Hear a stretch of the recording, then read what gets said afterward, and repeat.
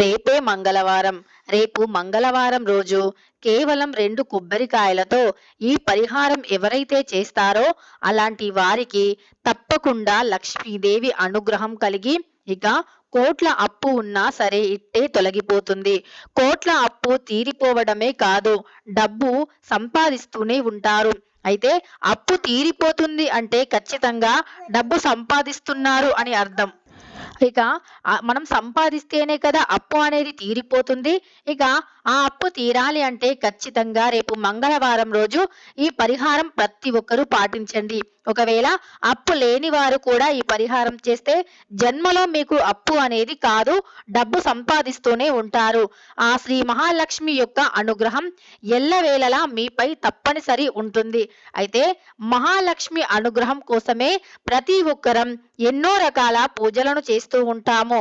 ముఖ్యంగా మంగళవారం రోజు లక్ష్మీ గణపతులను పూజిస్తే సర్వ విఘ్నాలు తొలగిపోయి మనం ప్రతి పనిలో కూడా విజయాన్ని సాధిస్తూ ఉంటాము. ఆ గణపతి లక్ష్మీదేవి అనుగ్రహంతో కోట్లకి పడగలు ఎత్తుతాము. ముఖ్యంగా లక్ష్మీదేవికి మంగళవారం అంటే చాలా ఇష్టం. మంగళవారం అనేది ఒక మంగళకరమైనటువంటి రోజు. మంగళవారం రోజున చేసే ప్రతి పని కూడా మంచి విజయాన్ని ఇస్తుంది. అదేవిధంగా మంగళవారం అంటే మంగళ గౌరీ వ్రతం కూడా చేస్తూ ఉంటారు చాలా మంది. అదేవిధంగా మంగళవారం అంటే స్త్రీ యొక్క సౌభాగ్యాన్ని కాపాడే రోజు. అదేవిధంగా మంగళకరమైనటువంటి వస్తువులు అని మనం పిలుస్తూ ఉంటాం కదా. ఇలా మంగళవారం అంటే ఎన్నో రకాల శుభ ఫలితాలను ఇస్తూ ఉంటుంది. ముఖ్యంగా చెప్పాలి అంటే ఆడవాళ్ళకి సౌభాగ్యాన్ని ప్రసాదించే లక్ష్మీదేవికి ఎంతో ఇష్టమైనటువంటి రోజు మంగళవారం. మనం ఎప్పుడైనా సరే మీరు వేద పండితులను అడిగి తెలుసుకున్నా మనకు అప్పులు తీరాలి అంటే మంగళవారం రోజు చేసే పరిహారాలు ఖచ్చితంగా మంచి ఫలితాలను ఇస్తాయి అని పండితులు కూడా వివరిస్తున్నారు. మనకు ఎప్పుడైనా సరే అప్పులు రావద్దు కావద్దు అంటే ఎరుపు రంగు వస్తువులు ఏవైనా సరే, అంటే ఎర్రని టమాటోలు కావచ్చు, ఎర్రని వస్త్రాలు కావచ్చు, ఇలా ఎరుపుకు సంబంధించిన వస్తువులు ఒకరి చేతి నుండి ఇంకొకరి చేతికి ఇవ్వకూడదు. అలా ఇస్తే మీ అప్పులు అనేవి ఎప్పటికీ తీరవు. ఇలా అదే విధంగా అప్పు కూడా మంగళవారం రోజు ఎవరికి ఇవ్వకూడదు, తీసుకోకూడదు. ఎందుకంటే అప్పు ఇచ్చిన వారు బానే ఉంటారు, కానీ అప్పు తీసుకున్న వారు మాత్రం ఎప్పటికీ అప్పులు తీసుకుంటూనే ఉంటారు. వారి అప్పు అనేది ఇక తీరదు. అదే విధంగా మంగళవారం రోజు అప్పు ఇస్తే గనక ఎప్పుడు ఇస్తూనే ఉంటారు తప్ప వారికి అప్పులు కావు. కానీ ఎట్టి పరిస్థితుల్లో మంగళవారం అప్పు చేయకుండా చూసుకోండి. ఇక అదే విధంగా ఒకవేళ ఇది వరకు తెలియక అప్పు చేసి ఆ అప్పుల పైన అప్పులు వడ్డీలు పెరిగిపోతూ ఉండి అవి మేము తీర్చలేని స్టేజికి వచ్చాము ఎలా అని ఆలోచిస్తున్న వారు అయితే గనక రేపు మంగళవారం చాలా మంచి రోజు. కేవలం 2 కొబ్బరికాయలతో ఈ పరిహారం నమ్మకంతో చేయండి. ఖచ్చితంగా అప్పులు అనేవి మెల్లిమెల్లిగా తీరుతూ వస్తాయి. మనం ఎప్పుడైనా సరే ఏదైనా పరిహారం చేసే సమయంలో కావచ్చు, పూజ చేసే సమయంలో కావచ్చు, మనం ఒక పనిని చేస్తున్నాము అంటే దానిపై నమ్మకాన్ని ఉంచాలి. అప్పుడే మనకు 1000కి 1000 రెట్ల ఫలితం అనేది వస్తుంది. అయితే మరి రేపు ఏ పరిహారాలు చేస్తే అప్పులు అన్ని ఇట్టే తొలగిపోయి అదృష్టం మనల్ని వరిస్తుంది, లక్ష్మీదేవి అనుగ్రహంతో డబ్బులు సంపాదిస్తూనే ఉంటామో ఇప్పుడు తెలుసుకుందాం. అయితే కొబ్బరికాయకి మనకు భారతదేశంలో చాలా ప్రాముఖ్యత ఉంది. కొబ్బరికాయ అనేది మనం ప్రతి పూజలో, వ్రతంలో కొడుతూనే ఉంటాము. ఎందుకంటే కొబ్బరికాయలను కొట్టి మనం కోరికలను చెప్పుకుంటే అప్పుడే కోరిక నెరవేరుతుంది అని మన నమ్మకం. ప్రతి ఆలయంలో కొబ్బరికాయలు అనేవి కొడుతూనే ఉంటాము. అంతేకాదు కొబ్బరికాయ అంటే ప్రతి దేవతలకి చాలా ఇష్టం. ఎప్పుడైనా మనం ఏదైనా ముఖ్యమైన వ్రతం పూజ చేసే సమయంలో ఒక కొబ్బరికాయను చివర్లో కొట్టంది మన పూజ సంపూర్ణం అయినట్లుగా మనం భావించము. ఎప్పుడైతే కొబ్బరికాయను పూజ పూర్తయ్యాక కొడతామో అప్పుడే మన పూజ అనేది పూర్తయినట్లుగా మనం భావిస్తూ ఉంటాము. ఇక ఇదే విధంగా మనం ఏ గుడికి వెళ్ళినా సరే, అది శివాలయమైనా లేదా ఇతర ఏ ఆలయాలు అయినా ఖచ్చితంగా కొబ్బరికాయను కొడుతూనే ఉంటాము. ఇక ముఖ్యంగా కొబ్బరికాయ అంటే శివునికి చాలా ఇష్టం. అందులో ఉండే జలం అనేది చాలా పవిత్రమైనటువంటిది.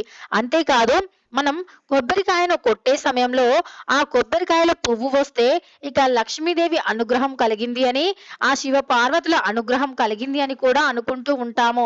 కొబ్బరికాయల పువ్వు వస్తే అదృష్టం అని భావిస్తూ ఉంటాము.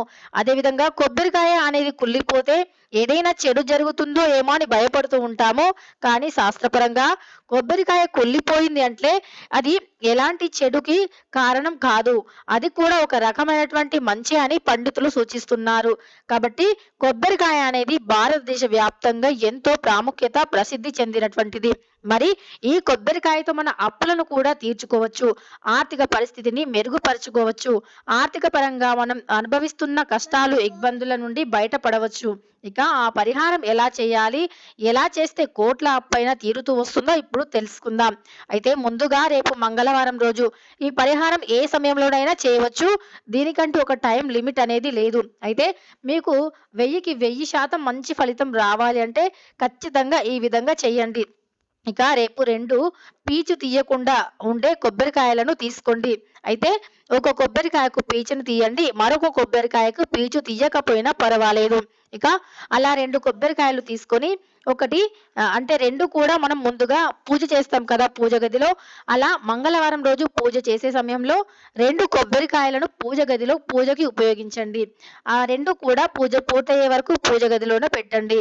ఇక లక్ష్మీదేవికి దీపధూప నైవేద్యాలు సమర్పించాక, తరువాత ప్రసాదాన్ని కూడా సమర్పించాక లక్ష్మీదేవి పటం ముందు ఆ 2 కొబ్బరికాయలను పెట్టి మీ యొక్క సమస్యను చెప్పుకోండి.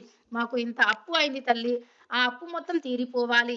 అందుకు మేము ఏం చెయ్యాలి? మా కష్టాలన్నీ తొలగిపోవాలి. దానికోసమని మేము ఏ రకంగా కష్టపడితే మా యొక్క సమస్యలు తొలగిపోతాయో ఆ రకమైనటువంటి కష్టాన్ని ఇచ్చినా పర్వాలేదు కానీ, మాకు మంచి అంటే ఇప్పుడు మనం ఏదైనా పని చేస్తూ ఉంటాము. ఆ పనిలో కష్టం ఉంటుంది. కష్టం ఉన్నప్పటికీ మన కష్టానికి తగిన ప్రతిఫలం అనేది ఉంటే మనకు ఎలాంటి బాధ ఉండదు.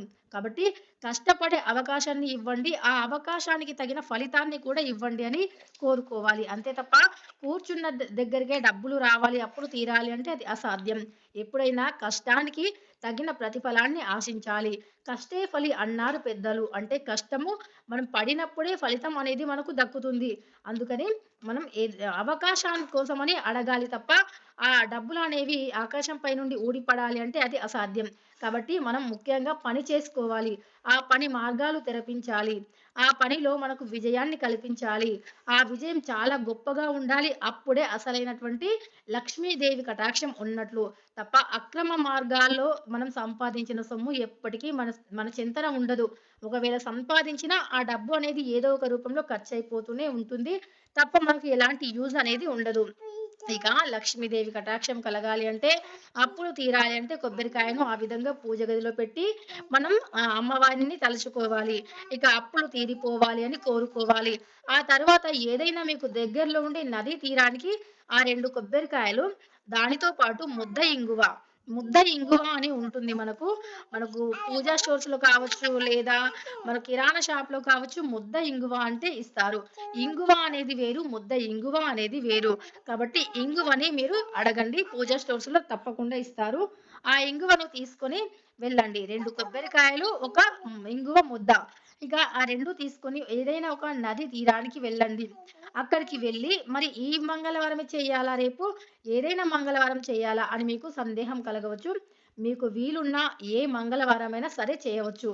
అయితే అలా 2 కొబ్బరికాయలు, ముద్ద ఇంగువను తీసుకొని వెళ్ళి నదీ తీరాన నిలబడి మీరు పీచు తీయని కొబ్బరికాయను తీసుకోండి. ఆ కొబ్బరికాయను మీ యొక్క ఎడమ చేయిలో పట్టుకోండి. తర్వాత ఆ కొబ్బరికాయ పైన ముద్ద ఇంగువను పెట్టండి. అలా పెట్టేసి ఎడమ వైపున మీరు 7 సార్లు ఆ కొబ్బరికాయను తూర్పు ముఖం వైపు నిలబడి తిప్పండి. తిప్పి అలా తిప్పే సమయంలో మీ కోరికలు, మీ అప్పులు ఏవున్నాయో అన్నీ చెప్పుకోండి. మాకు ఇంత అప్పుంది. ఈ అప్పుంది. ఈ అప్పు తీరిపోవాలి. ఈ అప్పు తీర్చే మార్గాలు కనిపించు తల్లి అని వేడుకోవాలి. అలా వేడుకొని ఆ కొబ్బరికాయను దూరంగా విసిరివేయండి. అంటే నదిలో మాత్రం విసిరివేయకండి. నది తీరాన దూరంగా విసిరివేయండి. అది ఎడమ వైపైనా, కుడి వైపైనా, వెనక సైడ్ అయినా పర్వాలేదు. తరువాత ఇంకొక మనం పీచు తీసిన కొబ్బరికాయ ఉంది కదా!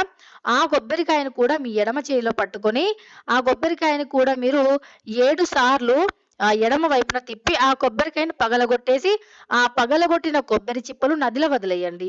ఇలా మీరు 41 వారాలు కానీ, లేదా 30 వారాలు కానీ ఈ పరిహారాన్ని క్రమం తప్పకుండా చేస్తారో నమ్మకంతో, ఇక ఖచ్చితంగా మీ యొక్క కష్టం ఫలిస్తుంది. అదేవిధంగా మీకు అప్పు అనేది ఖచ్చితంగా తీరిపోతుంది. ఇక అప్పు తీర్చే మార్గాలు కూడా కనిపిస్తాయి. ఈ విధమైనటువంటి పరిహారం రేపు మంగళవారం చేయండి. లేదా మీకు వీలున్న మంగళవారాలల్లా చేసుకోవచ్చు. ఇక ఈ విధంగా చేసి మీ అప్పుల సమస్య నుండి బయటికి రండి. వీడియో నచ్చితే ఒక లైక్ చేయడం అస్సలు మర్చిపోకండి. మన ఛానల్‌ని కొత్తగా చూస్తున్న వారు వెంటనే సబ్స్క్రైబ్ చేసుకోండి.